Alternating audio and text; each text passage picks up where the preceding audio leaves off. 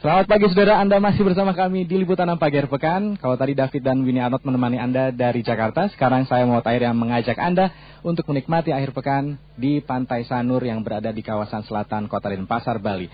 Menuju ke arah timur dari Kota Denpasar, Anda bisa datang ke sini dan menikmati keindahan pasir putih, matahari terbit, dan juga artinya air dari Samudra Indonesia.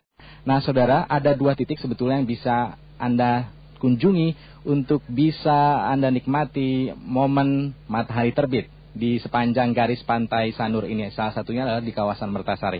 Anda bisa catat di agenda Anda dan Anda bisa kunjungi ketika Anda datang ke sini. Nah, sebelum saya bercerita kembali ada sejarah apa yang ada di Pantai Sanur, saya ajak Anda untuk melihat sesuatu yang datang dari kelapa. Tentunya Anda tahu ya, di pantai pasti banyak pohon kelapa dan ada kaitan dengan berita yang akan saya sampaikan pagi ini. Biasanya Anda nikmati airnya atau batangnya Anda gunakan untuk banyak hal. Nah, ada ide menarik yang datang dari Sleman, Yogyakarta. Mereka di sana, para pengrajin mendapatkan inspirasi untuk membuat sesuatu yang menjadi cenderamata bagi pernikahan yang berasal dari kelapa. Berikut liputannya.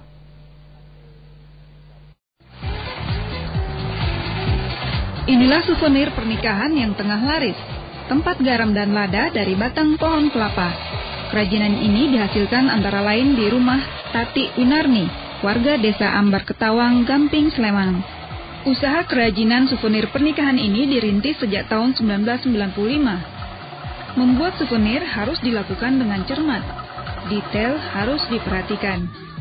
Batang pohon kelapa dibelah dan dipotong-potong. Setelah itu diproses dengan mesin bubut dan dilubangi, lalu dijemur. Setelah dicat, kemudian dibubuhi berbagai hiasan. Nah, ini wujudnya kan buah ya. Yang satu itu buah jambu, yang satu buah pir. Itu fungsinya untuk tempat garam sama lada. Untuk souvenir pernikahan ya itu? Iya, untuk souvenir pernikahan. Segala daya upaya ini tidak sia-sia. Kerajinan souvenir pernikahan ini telah merambah berbagai kota besar di Indonesia, mulai Medan hingga Bali, bahkan pasar sejumlah negara Asia dan Eropa. Untuk Anda, kerajinan ini dijual dengan harga Rp1.500 hingga Rp15.000 per buah. Yosep HL melaporkan dari Sleman, Yogyakarta. Ya, itu tadi bagaimana bagian dari kelapa bisa jadikan cenderamata khas perkawinan yang mungkin bisa menginspirasikan bagi Anda yang sedang mempersiapkan pernikahan.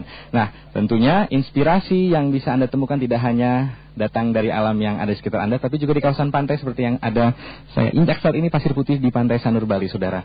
Banyak peristiwa yang terjadi di sini, termasuk juga ternyata soal pendaratan pasukan Belanda. Pada tahun di awal 1900-an, mereka ketika mencoba menguasai Bali, datang di Pantai Sanur, Bali ini. Dan juga Anda bisa menemukan prasasti yang berasal dari tahun 1917 yang ada di kawasan Blangjon bagian selatan Pantai Sanur.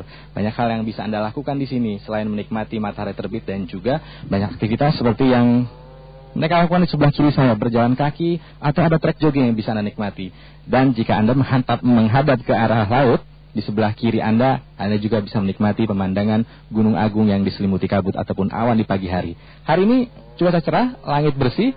Kita akan nikmati pagi hari di Pantai Sanur dengan berbagai aktivitas.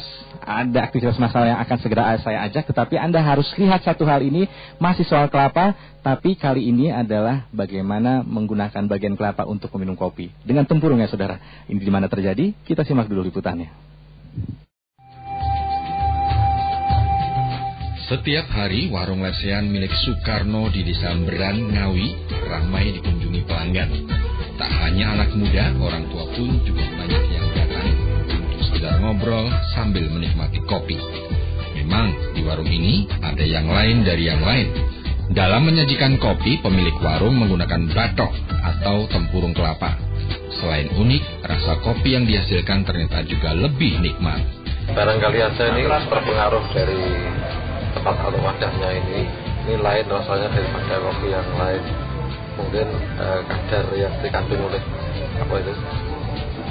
tempurung ini membuat perubahan kopi lebih enak, nikmat itu. Cara pembuatannya sendiri beda dengan kopi-kopi seperti di warung kopi pakai anggur. Lebih unik. Rasanya gimana? Rasanya lebih enak. Lebih alami gitu ya? Iya, lebih alami.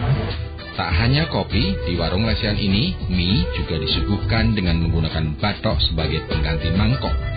Meski menggunakan batok, ternyata rasanya sangat alami dan nikmat. Di kelotok yang terbuat dari ini tempurung kelapa juga ada mie. Mie juga dibuat, tempatnya juga dari tempurung kelapa. Mengenai rasa gimana, Pak? Kebanyakan komentar dari para pelanggan itu rasanya kopi memang sama kopi, cuma rasanya lain daripada yang lain. Untuk harga, Anda tak perlu khawatir. Sangat murah. Satu batok berisi kopi hanya Rp1.000.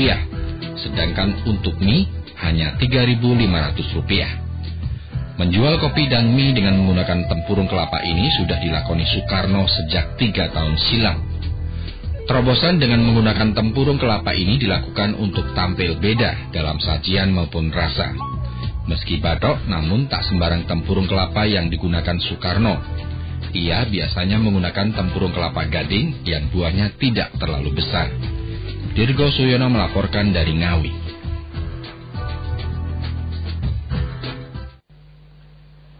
Anda harus mencobanya untuk bisa meminum air kopi dengan menggunakan tempurung kelapa.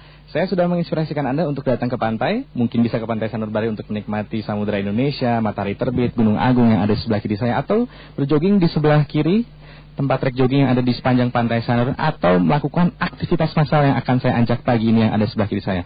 Mereka sudah mulai berdiri. Kegiatan pagi ini yang akan saya ajak adalah melakukan yoga massal. Anda yang belum pernah mencoba mesti mencoba.